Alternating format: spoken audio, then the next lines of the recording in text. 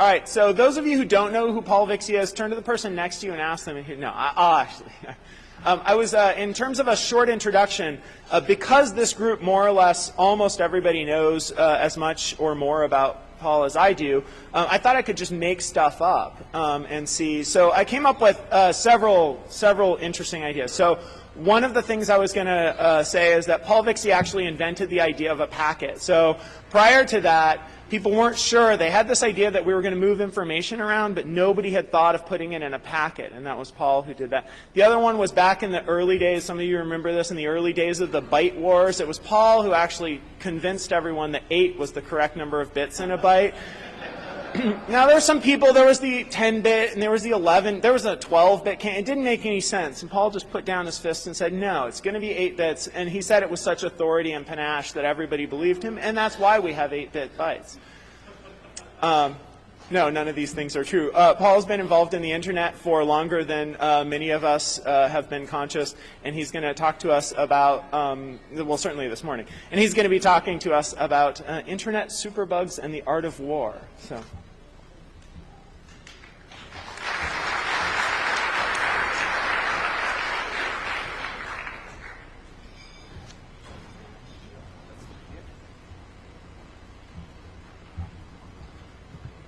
Thank you, Todd. Thank you, everyone. I was asked by several members of the security community to keep track of sort of how many of you looked up from your email to actually listen to this. So I'll be sort of peering out, trying to get a poll on that topic. I guess what Todd didn't mention is that it's getting harder and harder to find anybody in our industry who has not been lectured to or yelled at by me on the subject of the scale of morality. So when they were sort of looking for a keynote speaker, I realized that the internet security industry and the history of the internet is starting to look uncomfortably to me like the movie Groundhog Day, where you do the same thing over and over and over again, and you just seem to be stuck there. So I've put some thought into why we are still doing the same thing 10, 20 years later, and why we keep losing. Some of you have heard some of this before. I want to say I've taken the unusual step of quoting some people without their permission. I think you'll see that because of the way I filed off all possible context, that it's not actually an information leak. If any of you, either in the room or on the video, feel that I have stolen your jokes and should have given you credit, please let me know. So, let me begin by talking about antibacterial soap. There are chemicals you can put into liquid soap that will kill germs, and what parent doesn't think it's a good idea to have something like that in the bathroom where the kids are going to wash their hands? This stuff flies off the shelves. Costs a little more than soap that does not have that chemical, but people are glad to pay an incremental 50 cents here or $1 there in order to have fewer germs in their house. It's an automatic sell. And it's also an automatic bad idea because it's indiscriminate. It kills all kinds of germs that are probably doing you some good. If they're not doing you some good, they might be doing good elsewhere in the ecosystem, but those chemicals often pass successfully through the sewer systems and are killing germs long after they have been in your sink. The specific thing that bothers me about the rise of antibacterial soap is that it kills the weaker germs that are bad for you, leaving only the strong ones to fill that ecological niche. I'm not sure that we want to train the germ population in that way, but that is what we are doing. Hundreds of millions of us are doing that every day. Did I mention this stuff is flying off the shelves? A rational act for one of us, or a seemingly rational act, does not necessarily add up to a rational act in the context of a population. In other words, it doesn't scale necessarily.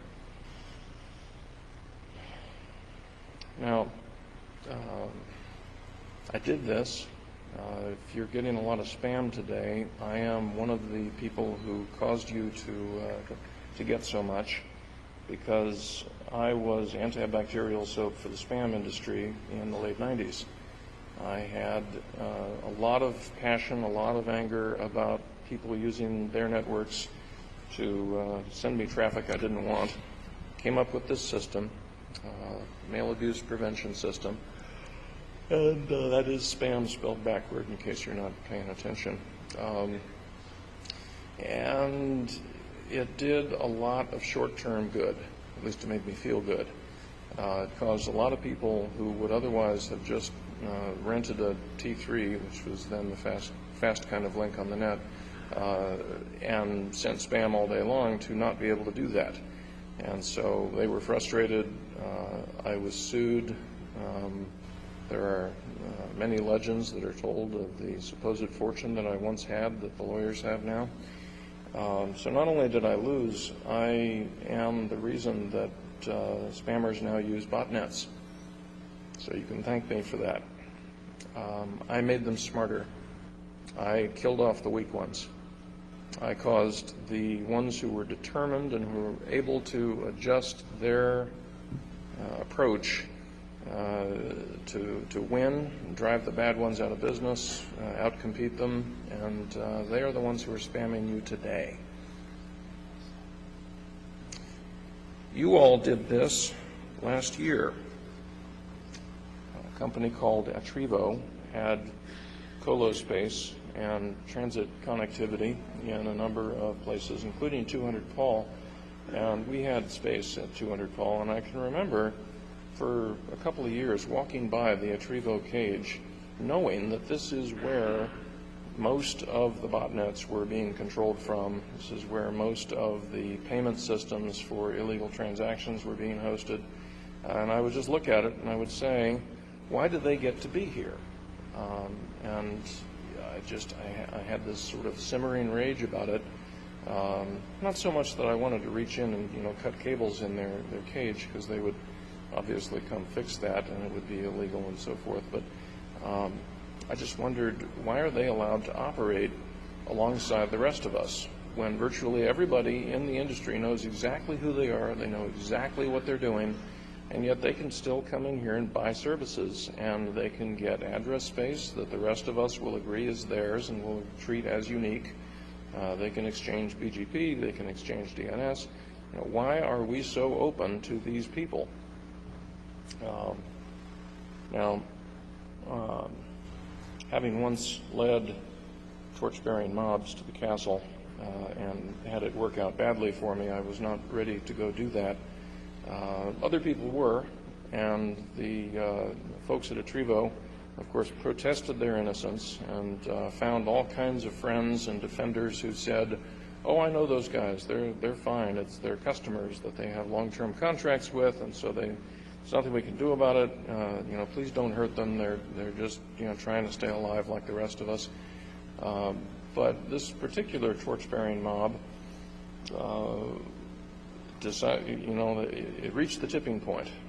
And when these people got disconnected by one transit provider, somebody else said, well, they can buy transit from me, or they can buy transit through me if they find an intermediary or whatever. Nothing worked. The mob followed them until they were gone. So I guess, like me back in the late 90s, a lot of you felt pretty good about that. Look what we did. And I'll tell you what you did is the total spam volume in 2008, which is the year this took place, did not change as a result of this. There was a trough, I admit, but the spam volume came back late in the year, and it came back strong enough that the area under the curve was the same as it would have been had we done nothing. So we certainly did hurt some people who were profiting from spam, but the spam didn't stop. And the people that are sending that spam and really the ultimate profiteers behind spam made just as much money in 2008 as if you guys had done nothing. On the other hand, we don't know exactly where they are anymore because they are scattered across 4 continents, and they show up. They are much more mobile than they were before. They have better systems of working through intermediaries than they had before. They are no longer sitting ducks, and you can no longer set up a packet trace to say, gee, if I get a DNS query from thus and so address space, then I should be on alert for other bad transactions from that address space. They got better as a result of what you did. You did not benefit from what you did. Our costs are now higher as far as coping with what they're going to do next than they would have been had we done nothing. I am wondering why I'm stuck in this Groundhog Day movie where we keep doing stuff like that.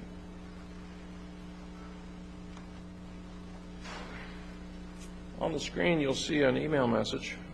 I have underlined some of the particular protocol elements, the envelope from, the from field, the to field, and the last part of the message ID, in order to say that all of these things were forged.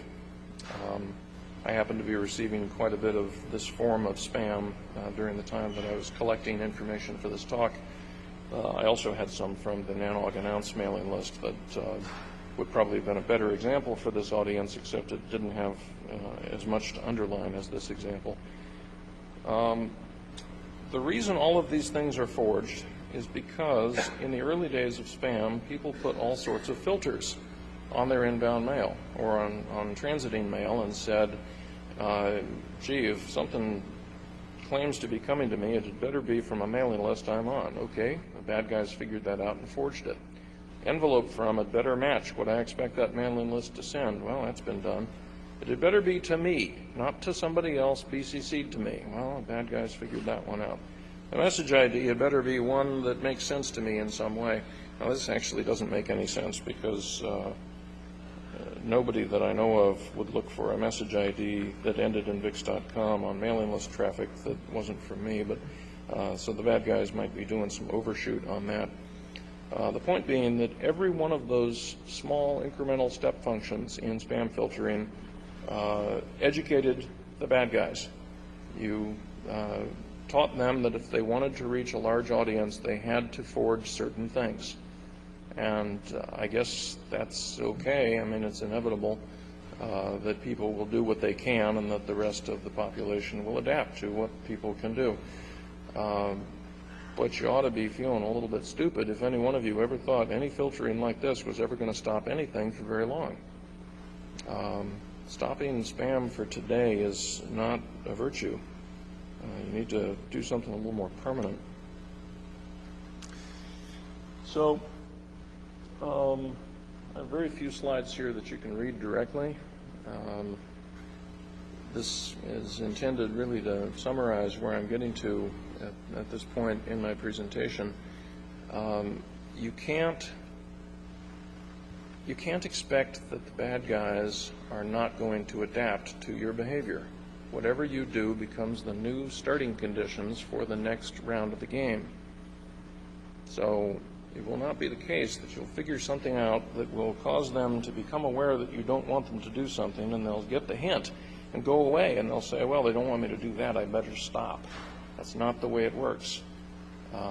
Furthermore, these incremental step functions are an educational tool. The community that you are in conflict with, in other words, the people who want to use your networks and your computers in ways that don't meet with your approval, are getting free training from you. And that is sort of a very natural side effect of what you're doing to protect yourself on a daily basis. And I just want to drive home the point. The things that we do in the name of cost control are not actually helping us with cost control in the long run. or doing any other long-term good. So I want to talk about configure. There's no L. I fairly often mispronounce it by calling it conflicker, but there's no L. This is a tweet that came out fairly early on after a press release that the configure working group did.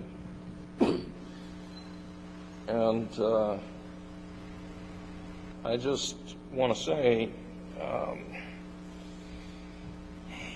we had to do a press release. We had to let the world know that there was this thing, and it was out there, but that there was some organized opposition to it. And the only money that was in the configure working group was marketing budgets from security companies or volunteer efforts from some extremely talented, dedicated people who let their day jobs swing in the breeze while they go and fight this kind of fire. So we had to do a press release because that was the reward that the companies who were allowing their people to work on this needed in order to then justify the expense. Because it wasn't going to be a profit-making activity. Fighting these worms and so forth is a dead loss.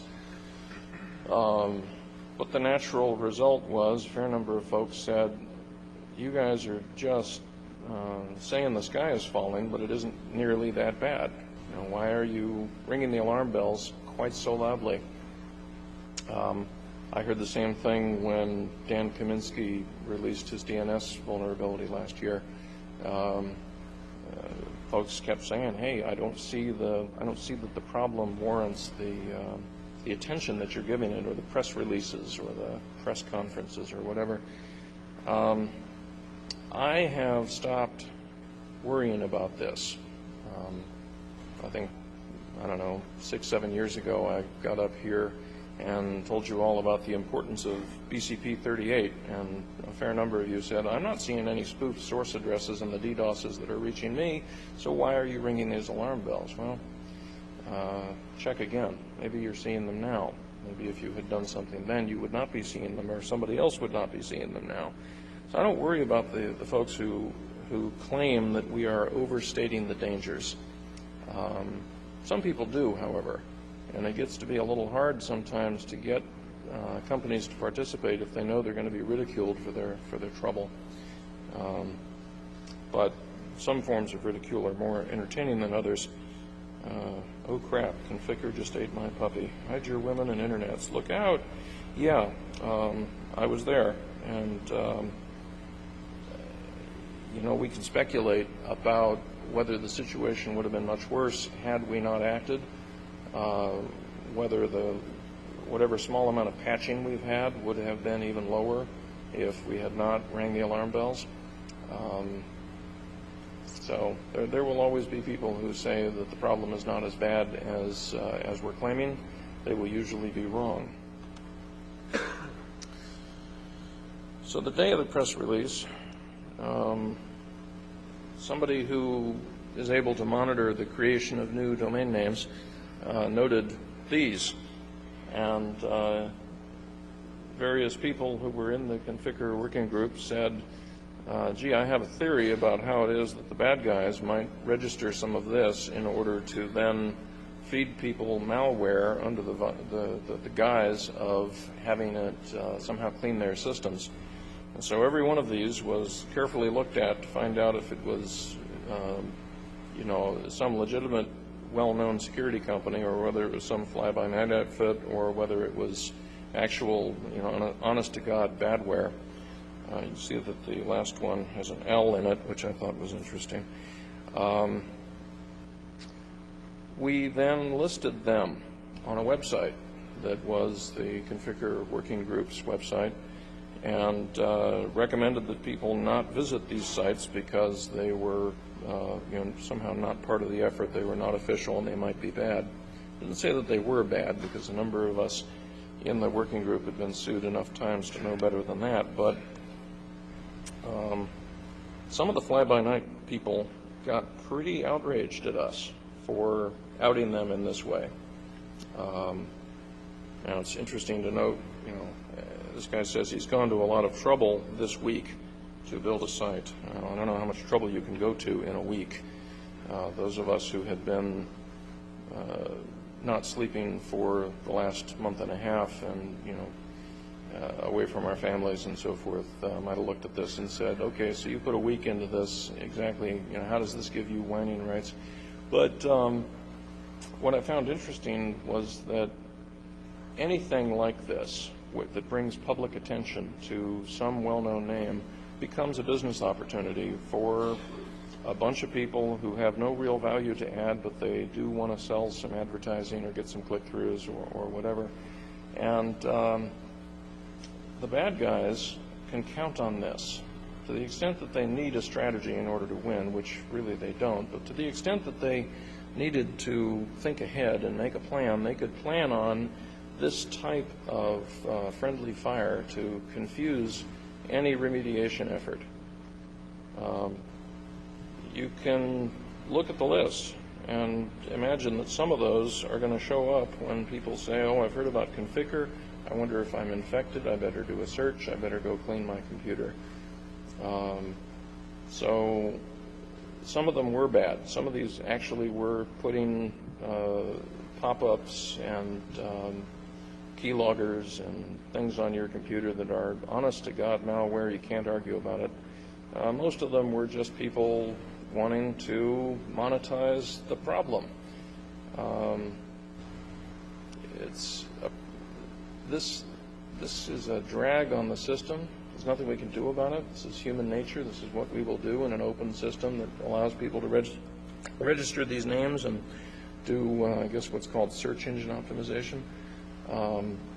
But it sure as hell doesn't make solving the real problem any easier.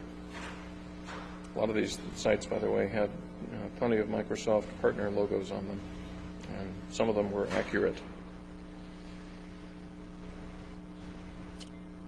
So one of us made the observation that since Conficker used encryption in its command channel, that made it very difficult for us to send it commands that would shut it down or deinstall itself. Not that anybody has figured out a legal way to do that, but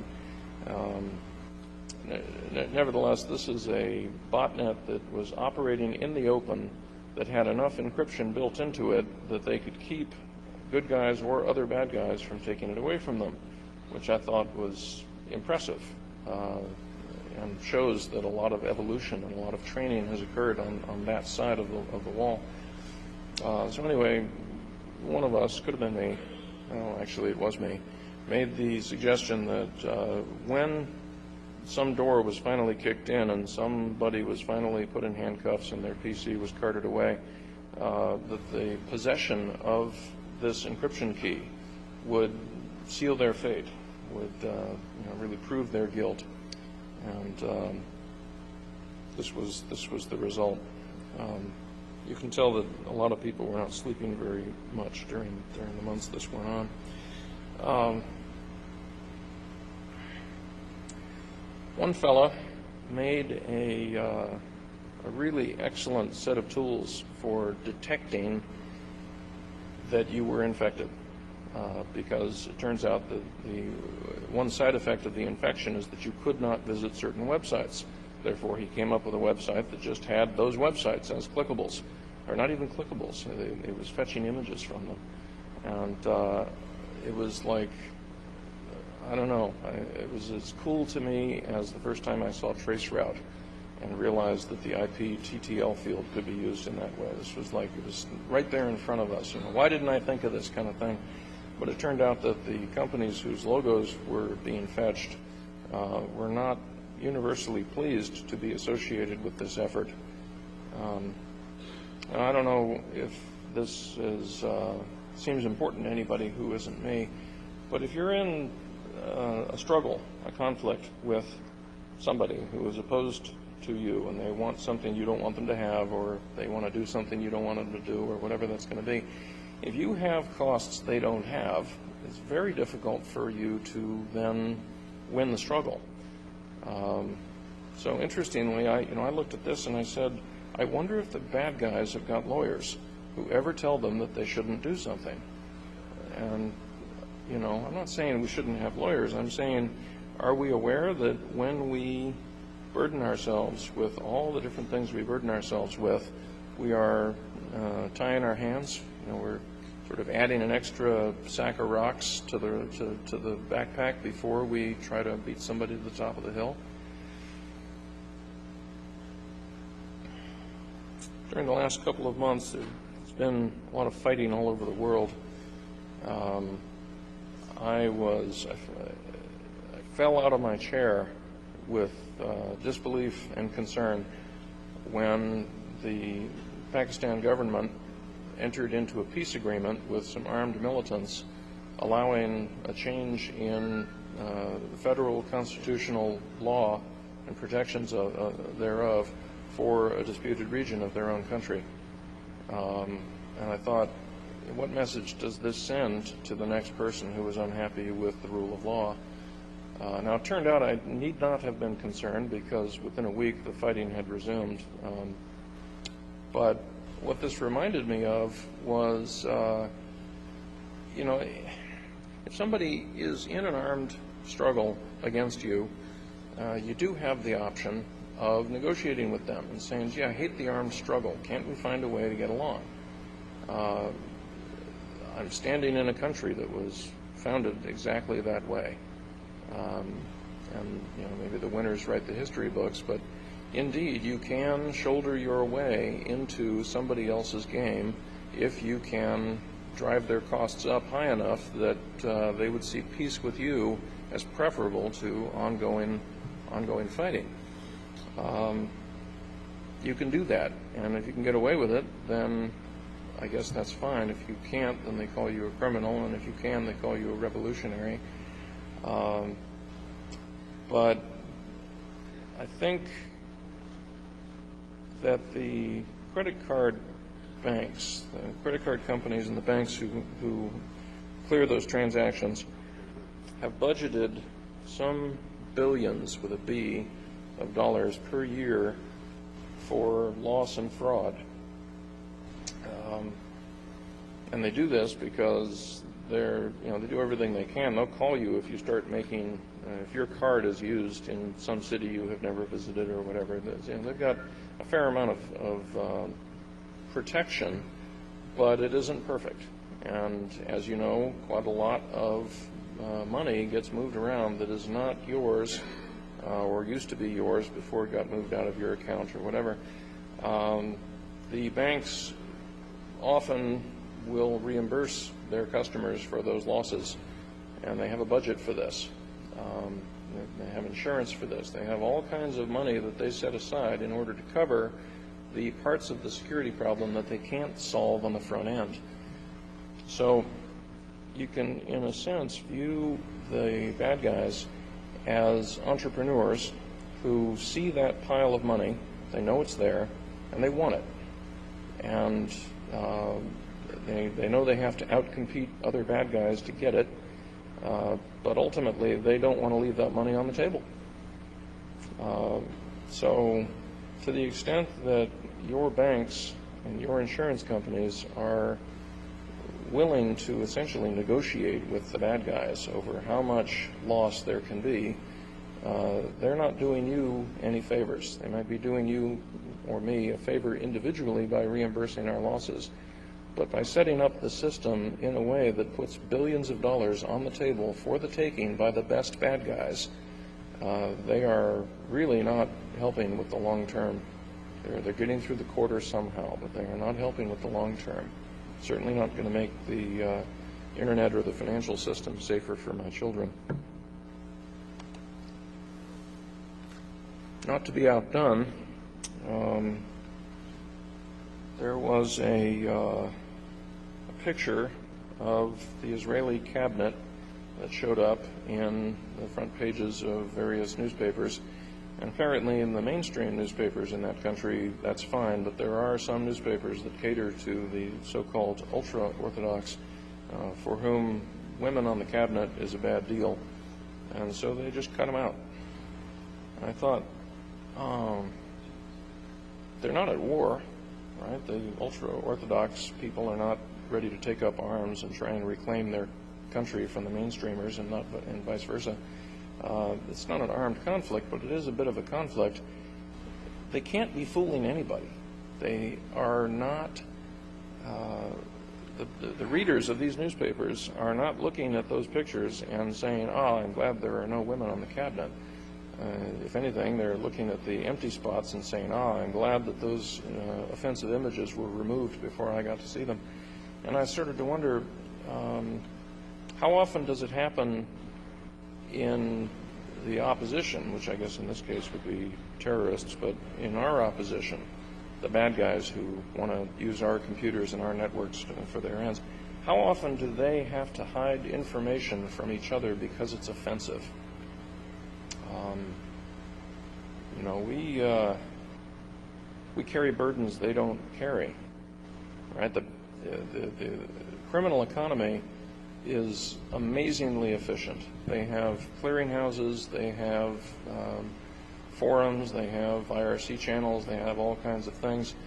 Sometimes they're poorly organized, and it'll turn out that half the population will be from security companies there to watch them. Sometimes they'll be intensely well-organized, small, sort of almost like revolutionary cells. They're organized only among people who know each other by name and only get together for a brief period, a single project, and then they move on. And all that matters to them is what you can do and how much you want to charge them for doing your part of some operation, and then they're on to other stuff. They have no burden of the kind that we have with, well, should we do a press release? Or, well, would this information be offensive to Microsoft, given that their system is the one that was compromised, or anything like that? How much of our superior forces are dissipated in just coalition management? The bad guys don't have to do.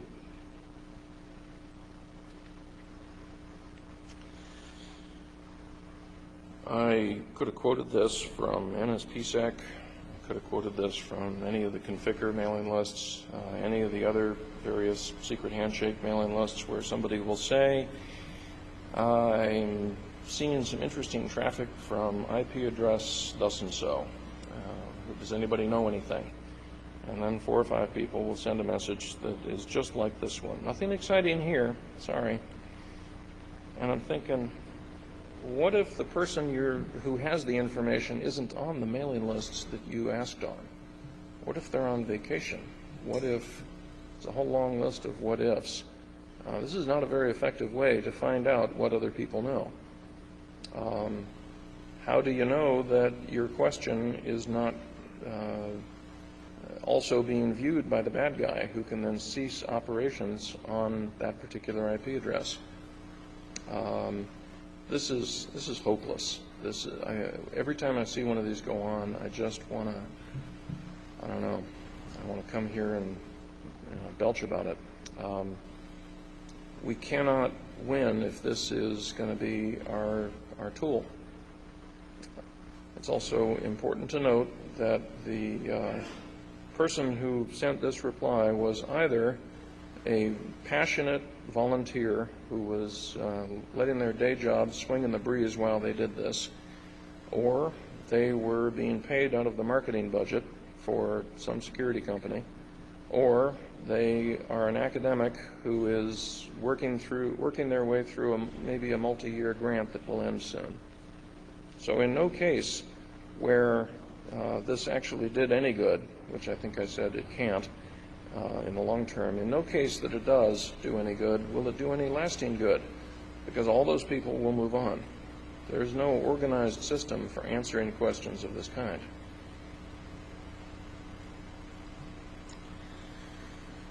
So, Conficker, here's an L again, Conficker did its, I guess, marshalling. They marshaled the botnet around the idea of domain names, which they would compute sort of along the lines of a hash chain, a long list of random names that each one was related to the one before. that meant that they could use the current date to generate some names. And they would then, every bot would look up those names to find out if it could fetch the next version of the botnet binary, the malware, from that website. And of course, that binary had to be cryptographically signed, and somebody told me it's a pretty long key, so the likelihood of us guessing that or reconstructing that key is real low. The first version used 250 names per day, which we, the people who wanted to respond to this and keep the botnet under control, said, well, 250 names a day is a lot. That's hard. But various people, and here, if I was wearing my hat, I would take it off to Rick Wesson of Support Intelligence, just paid, just bought them, just bought the damn domains. And so, various other people also chipped in and bought some domains, and it was even somewhat useful if you could buy those domains. There was a bit of a market in those domains, in fact, and a little bit of competition as to who was going to get them, because if you could register the domains, then all the botnets, or the bots in the botnet, would be contacting your server, and you could then get a list of the IP addresses that were infected in that particular hour. And then somehow you would use that, and I don't know exactly how you would use that, but it was considered good to have. So the operators of this botnet still had their original infection vector available to them, which was a combination of drive-by downloads and, for whatever reason, USB keys were part of the infection vector also, boot blocks and so forth that the operating system would load automatically.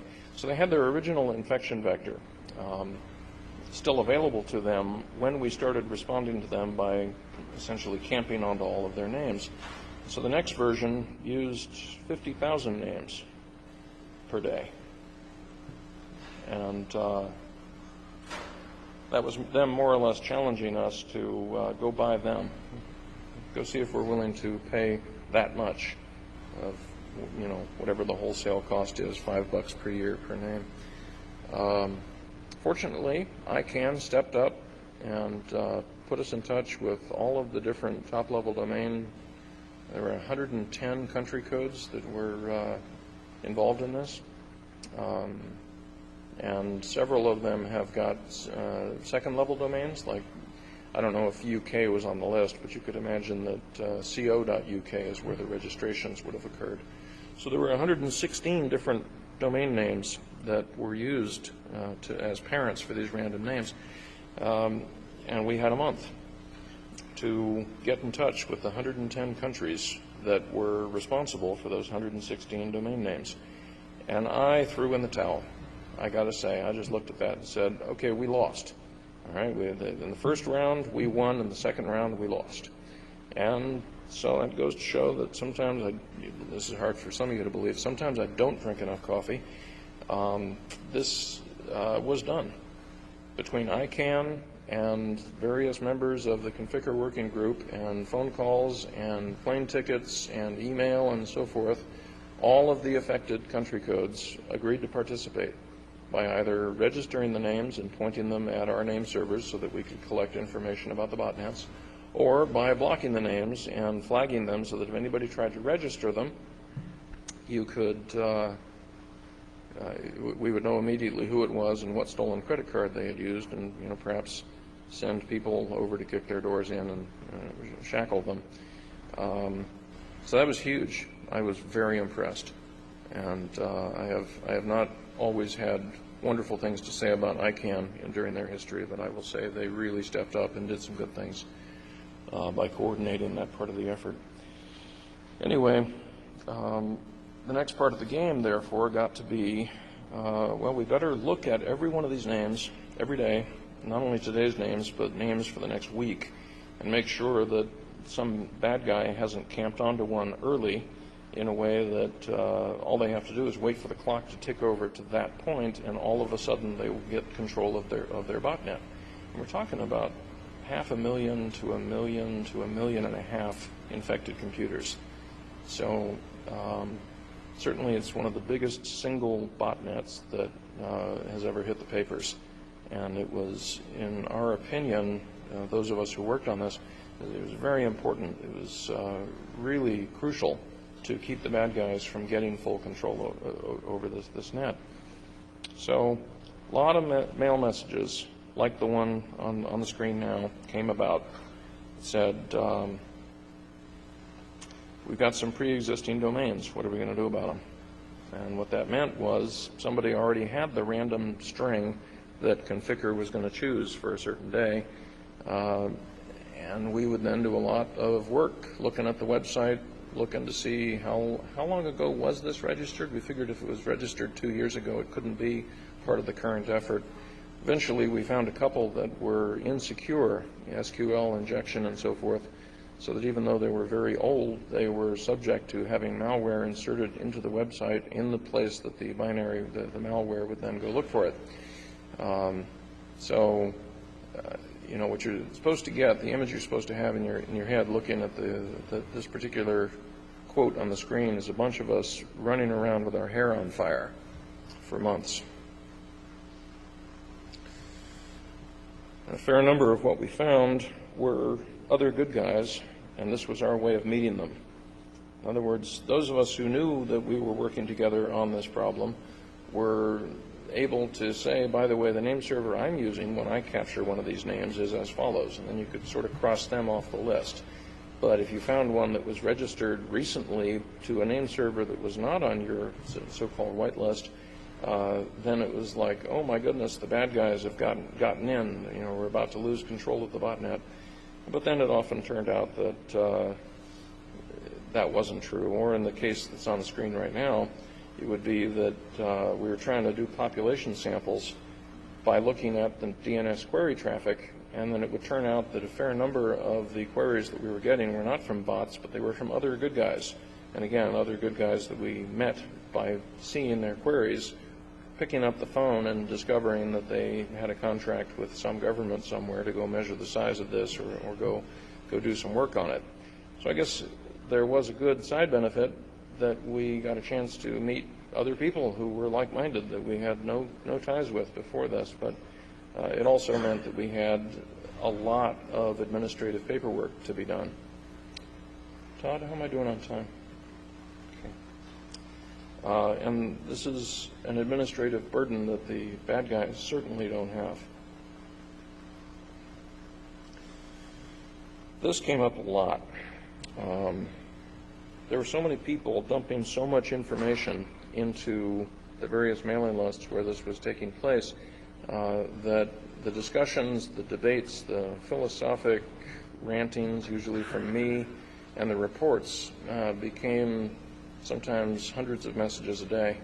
And a number of people said, can you please take, this comes up on the NANOG mailing list fairly often also, can you please take this to another list so that I can read only the part that's important to me? At last count, there are 7 such sublists. All of them have too much traffic on them. Again, I have to wonder if the bad guys have anything like this burden when they're trying to launch one of these attacks. So a number of the companies who was involved in this all had to do sort of follow-up press releases and blog postings and things like that, talking about various things. And again, it's because generally it is the marketing arm of these companies. When they're fighting a botnet, they are not serving their customers directly. They're serving their shareholders. And so, you know, dancing with who brung you meant that a lot of people had to disclose a lot of stuff. And then there would be this fight that would happen internally. Why did you disclose that? Now the bad guys know that we know it. And other people would say, well, it's obvious that we know it, and so forth. And I guess cooperation is hard to come by, even if there isn't, you know, a fire raging at your feet. But I keep asking myself as I go through this year, is this a cost that only we on our side of the wall have to pay? Or are the bad guys paying a similar cost? This would be one where the answer would be no. Here's a question. Do bad guys cancel their meetings because it's a holiday in the United States? Do bad guys take holidays? So, this may come as a shock, but not all country code TLD registries are as big as co.uk, right? A lot of you know people at Nominet, and you know that they've got a couple dozen employees, and they probably don't worry about the administrative expense of registering a bunch of names like this or blocking them or whatever. But a lot of them are smaller than that. And if you tell them they got their share of 50,000 names per day is whatever it's going to be, 1,000 names or 500 names, and that they have to just keep doing that in perpetuity, and that they have to bear that cost, and nobody is going to help them pay for it, then some of them are going to squawk. Now, I'm pleased to say that the quote that's on your screen right now is somebody's opinion, and they turned out to be wrong. In this case, the person who was wrong was not me, although fairly often it is. Nobody has dropped out. There are some people there are some CCTLDs who have switched over from registering the names and pointing them at our name servers to just blocking them, because that's cheaper for them. But nobody has said, I refuse to continue. So apparently the belief that this is an important containment effort is still shared by all of them. I wonder what will happen when this becomes the new fad and there are 10 new worms a month that all use this particular technique. Very easy to launch this attack, very difficult to defend against it. So you're looking at an asymmetric cost scenario. So here's a guy who is stunningly good at tools and operations and understanding protocols, and has had many thoughts about sort of how to analyze data and how to organize data and so forth. And he was talking in this particular instance about some scripts that he had written that were doing various amalgamation of information. And what he said is, I would be able to solve 50% of the outstanding problems in the analysis the rest of you are doing if I had time.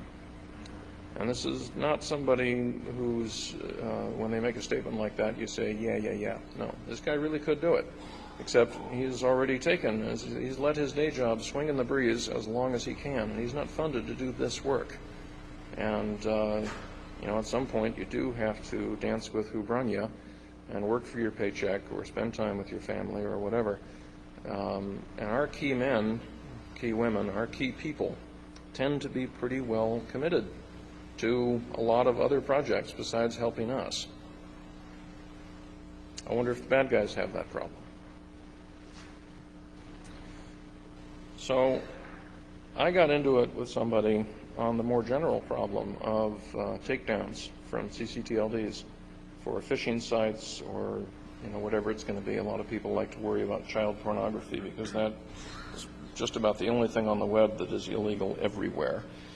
But it doesn't matter. If there's some website somewhere that can only exist as long as a certain domain name exists, then you want to be able to go to somebody and say, look, you're in charge of the parent domain. Could you please remove the one that is bothering me? And not only is it important to be able to do this, you have to do it at any time of the day or night. And they need to be able to go look at it and make a determination and take an action at any time of the day or night. You can't let this wait until Monday, because by that time, often the entire campaign is over. And this guy decided that it was time for me to learn the facts of life, and he said, no, that isn't going to happen. It's not realistic. Can't be done, won't be done. Nothing to see here, move along. And obviously the jury is still out on this. We don't know whether the opinion on your screen is correct or not. I will fight it for a while. But I have to say that anything that depends on instant takedowns is already very difficult in a commercial environment. Once you add national autonomy to the mix, then you're really kind of pushing on a rope to get any response ever, let alone to get one at any time of the day or night. And this, again, is something that the bad guys know about us. And so they are kind of building their whole campaigns around the things we can't do. So there's this book, The Art of War, often quoted. It's a terribly short book. You can read most translations in about 2 hours. A fair amount of it doesn't make a lot of sense because it'll talk about ancient warfare using, metrics that really don't apply here. But it is still taught in war colleges all over the world because the parts that are still applicable are extremely applicable. So again, you can read the thing in a couple of hours, but it will take a lifetime to understand it. And there are some things in there. I happen to be looking through it for other reasons, and I happen to notice, gee, here's something that the bad guys are doing that we can't do. I'm not saying the bad guys looked at this and said, gee, what a great idea. Let's align our campaigns around the ideas of the art of war. I'm saying that the stuff that is killing us has been pretty well known for thousands of years. You're not being killed by rocket scientists here. This is not a war. We are not governments and states. We are not generals and armies. So you have to sort of see past some of the nouns that are used and look at the actual force vectors behind these equations. I don't know what exactly to call this. It isn't a war. I'll get back to what it is later, but it's a mouthful. So I'm not going to read these. Just leave them on the screen for a moment and say there are some people who run the HoneyNet Alliance that are heroes of mine because they practice this particular type of deception. The rest of us don't. The rest of us are sitting ducks. And any of you who has sort of just had to stand there and take it and go toe-to-toe with a DDoS for days or weeks on end knows pretty much what I mean. There's no deception open to us when we're trying to win any of the minor skirmishes that are in the long conflict that we're in. But this stuff here, the bad guys get to do this every day, all day. In fact, they have to do this because they are not the superior force.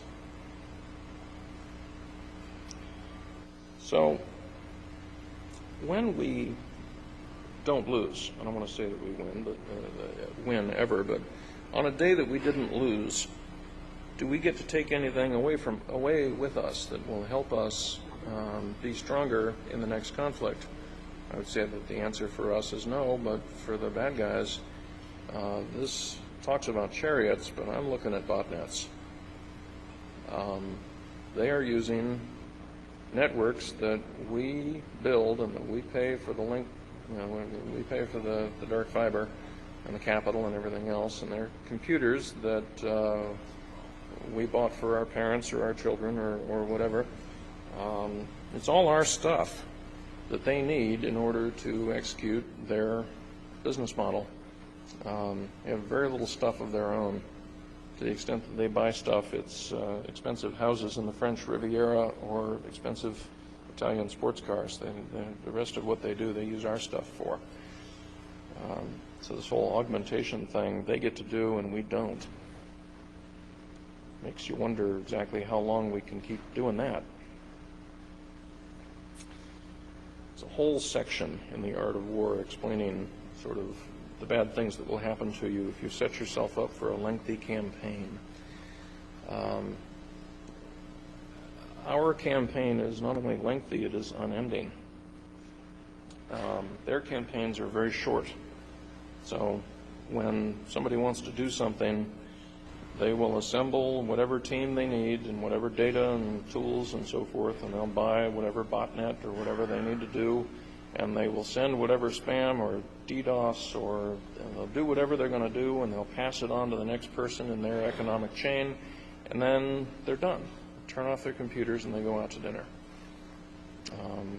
We just have to treat this as the long war, the unending war.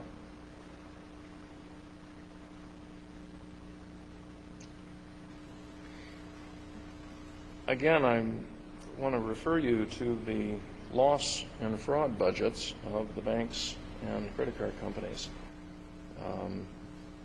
If you can convince one of these companies that the best thing for them is if they just let some percentage of the money passing through their system wind up in the wrong hands and then refund that out of some other sort of general set-aside, then you can set up a permanent system where you just get paid over and over again for doing the same stuff over and over again.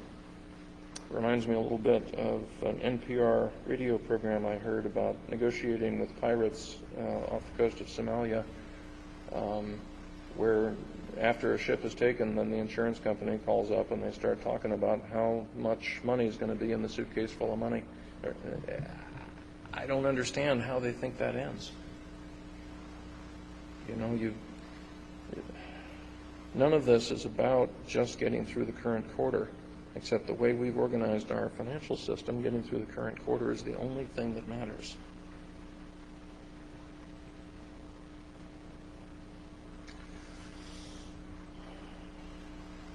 Here, I was made to consider once again the quote from the Conficker discussions about round-to-its. I'll get around to it. Once I get enough round-to-its, I can handle that for you. It is often possible to know how to win, but to then not be able to do it. And we are very rarely on the offensive. I know of a couple of offensive efforts where the vulnerability that we are going after is the need that these bad guys have to live in our society.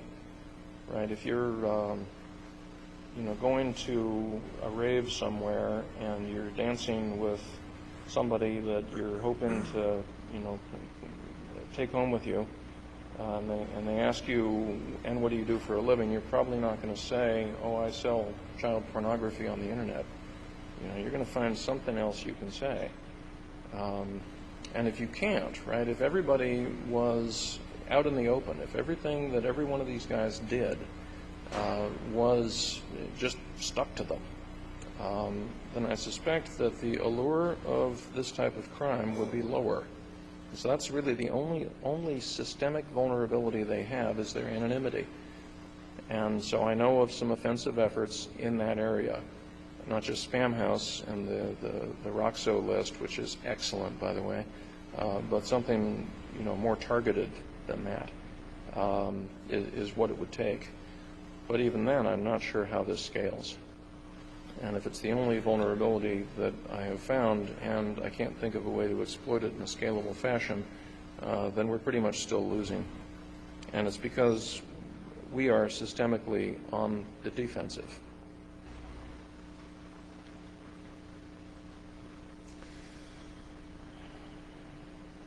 Can anybody look at this and not see DDoS?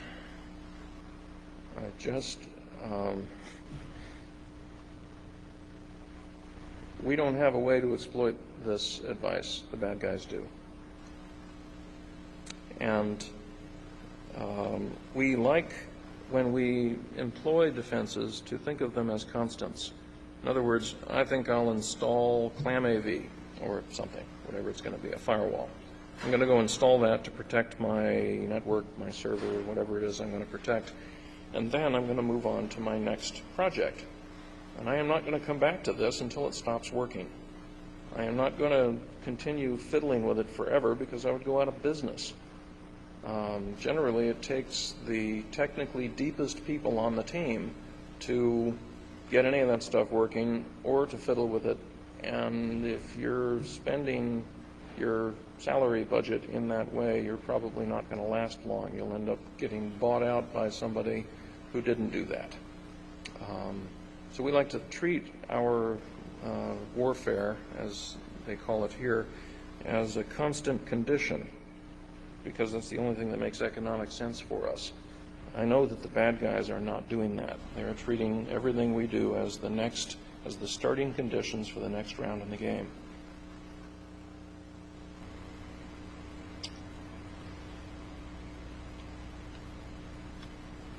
I mentioned this earlier. The bad guys have alliances. They depend on each other, but they don't have to trust each other. They can operate between enough intermediaries and enough smoke screens that they're able to depend on suppliers, or to be depended on as a supplier, without having to first build any kind of a trust network. They don't have to get to know each other. They don't care whether you're on the same side. As long as you can do what you say you can do, then you will get paid and they will get paid, and everybody marches forward. We, on the other hand, have the burden of having to wonder, gee, are you a bad guy that I am about? Are you asking me what I know about a certain topic? How do I know that I can trust you? It's a burden we have that they don't have. So,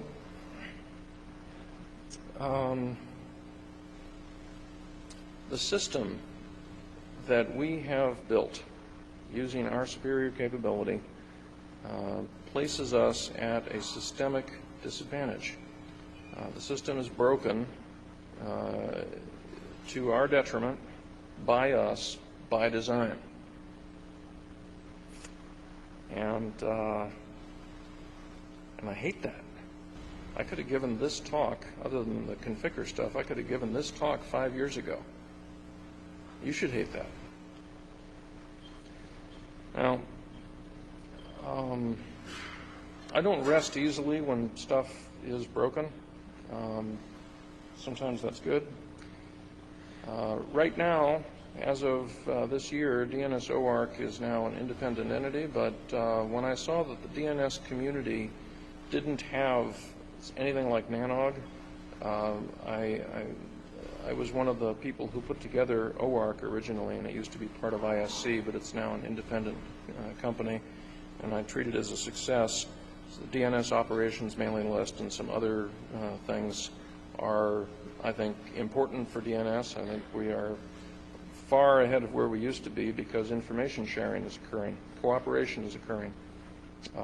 Dwayne Wessels is here, Keith Mitchell is here. If you have any curiosity about what this is, I recommend that you tackle them, get their business cards. More recently, I've done this thing inside of ISC called the Security Information Exchange, because it turns out that lack of information, lack of sensors, lack of a source of what's happening now or what's happened recently is the reason that many analysts and researchers and tool makers are not pushing forward. I myself wrote some software. I know that that's dangerous and that I should stop, but I wrote some software called NCAP that kind of makes that go, but it's also, I think, quite usable outside of the Security Information Exchange. You should Google it, you should find it, you should test it. It's a little bit like PCAP and TCP dump, but it takes a slightly different approach. I've been involved in something called the OPSEC Trust Project, where I do some sysadmin and, once again, some coding. I know I should stop, but I can't. This is Barry Green and John Christoph and Jose from Arbor, Jose Nazario, put this together as a way to share information among trusted parties. If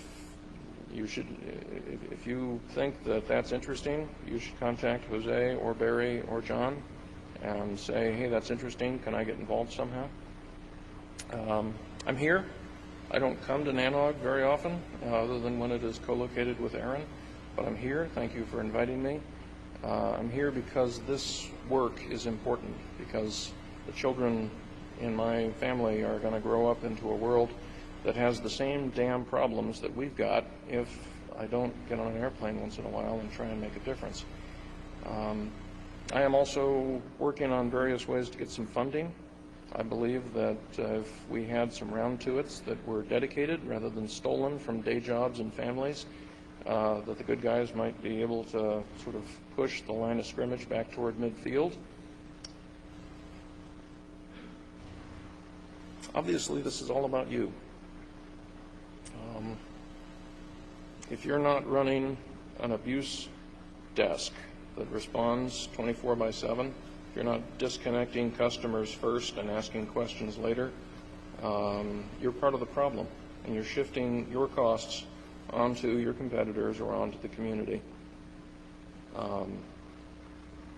You can't do that, because that causes your competitors to have to do likewise in order to compete with you. And when they do it, your customers do suffer. You've just got to get your head out of the current quarter and look at the long-term pattern that you are contributing to.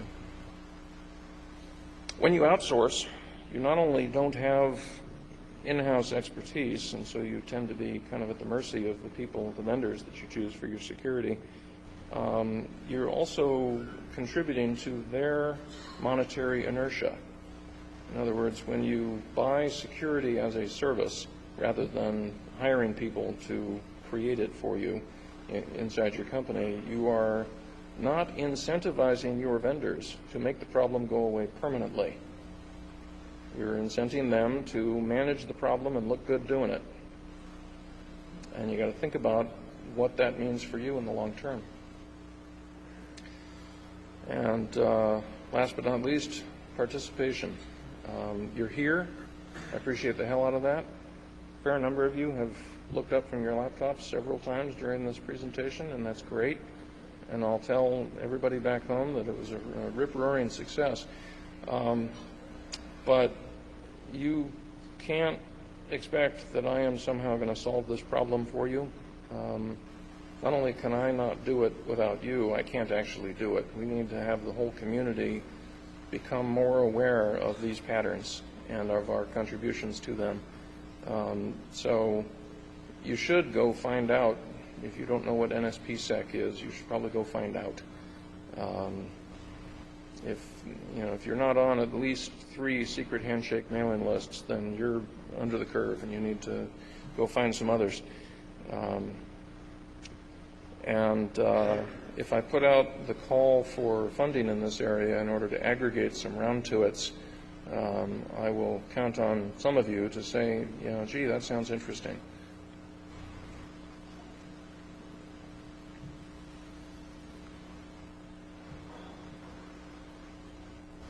Anybody want to queue up at the microphone? Any questions? I'm getting the hook. No, I was just going to moderate that. We have a few minutes for questions, so let's have a little round of applause while you all ponder.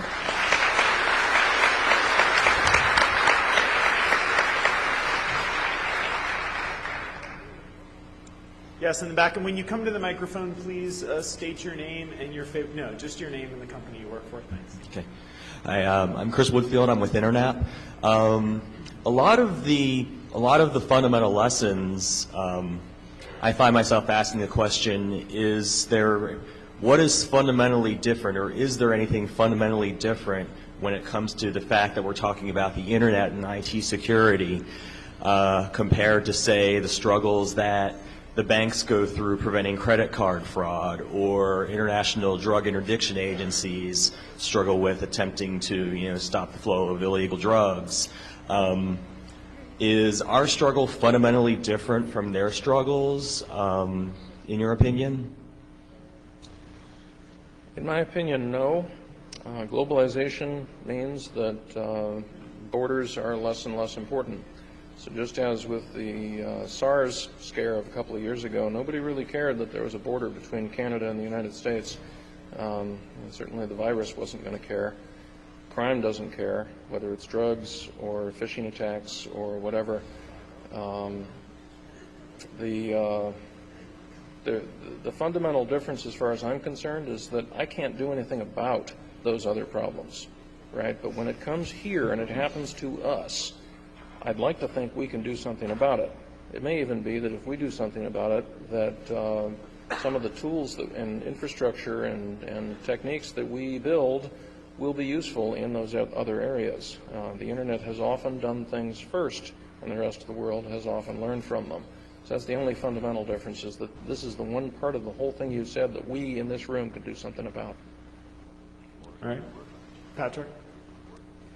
Hi, my name is Patrick. Thank you, John. I'm from Akamai. During the talk, you said that if you don't, I'm paraphrasing here, but if you don't shoot first and ask questions later, you're part of the problem.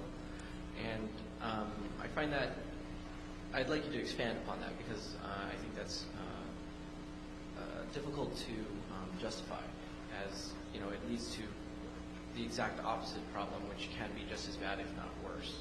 So would you like to expand a little bit on that for me, please? I would love to.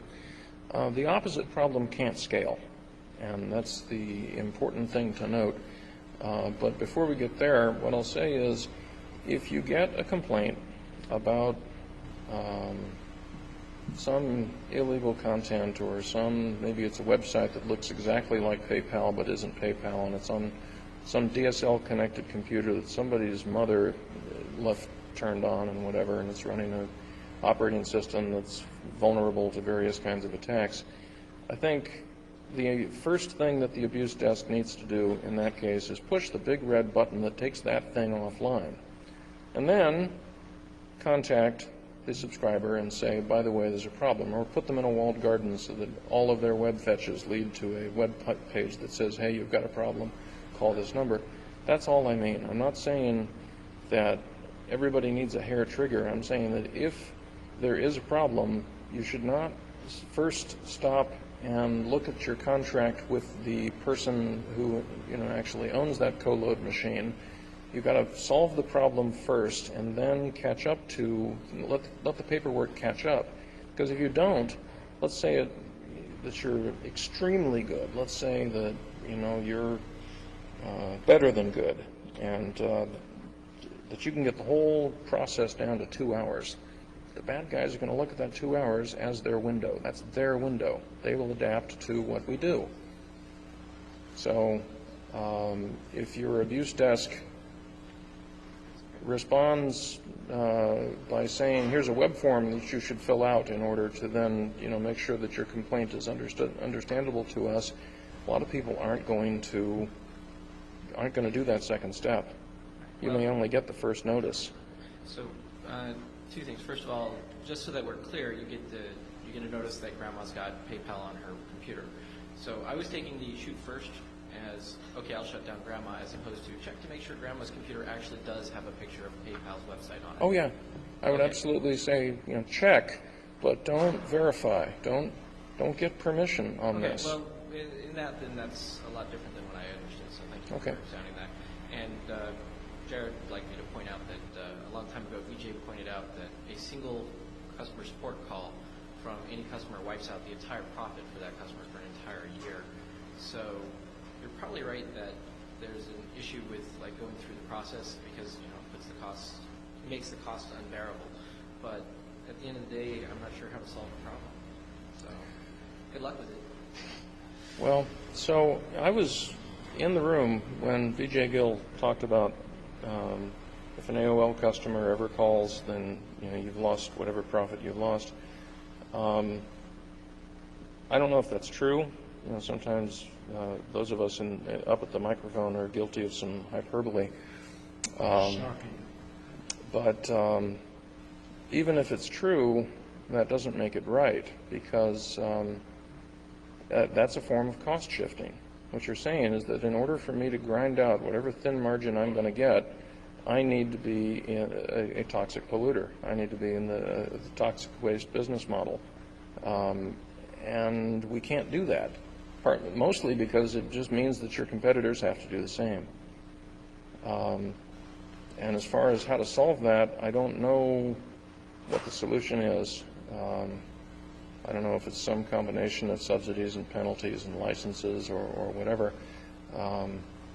But I sure don't like where the world will go if we don't treat this as a problem and search for a solution for it, or I wouldn't be here. Time for one more question in the back. Dave Crocker, Brandenburg Internet Working. You invoked two models, really. One was the Superbug and the other was war. On the war one, the problem is we don't really have an organized state attacking us. We have something a lot more diffuse. I tend to prefer organized crime as the model of what we're trying to respond to. But I'm intrigued on the other side with the Superbug model, because you didn't actually create that. That's just natural selection. What you did was to make it way more efficient, which is the problem with the antibacterial hand creams. And the thing with that model that is interesting to me is it's got two parts. One is the response to an attack, and the other is prevention of the attack, where many times prevention is a better immune system. Immune system's about responding, but when the immune system is in good enough shape, you don't even see the attack. And so my question is, you've really focused a lot on the aggressive response side of things, and I'm curious whether you have any comments about the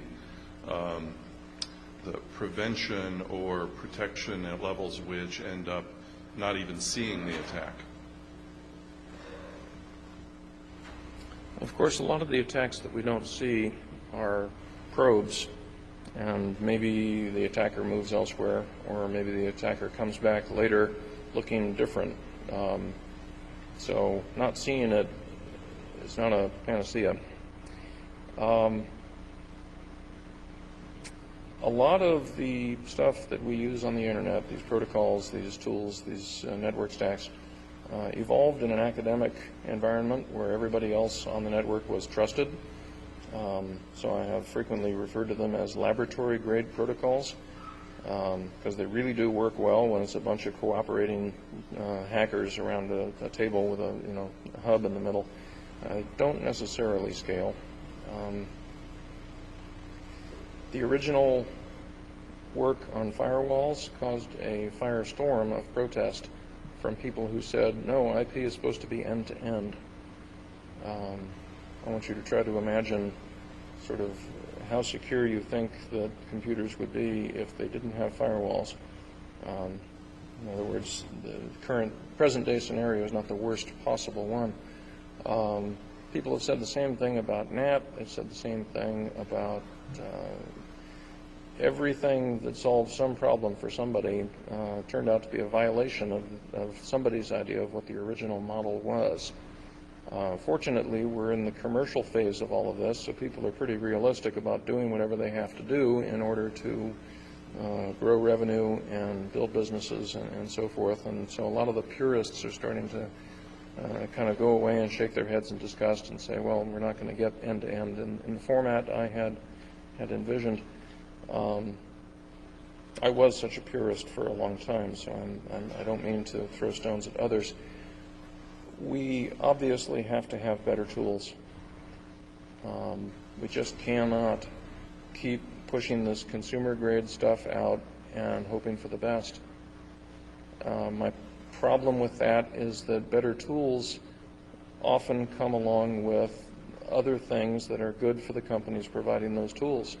I'm sure Microsoft and Apple would be happy to produce laptops that were utterly secure because every binary would have to be signed by them so that you could no longer get your software from third parties.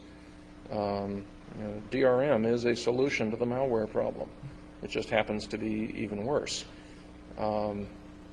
So other than to note that the purists don't really hold very much sway and that we have got to have better tools, I don't have a pithy answer to Mr. Crocker's question. All right, and on that note, thank you very much. Thank you.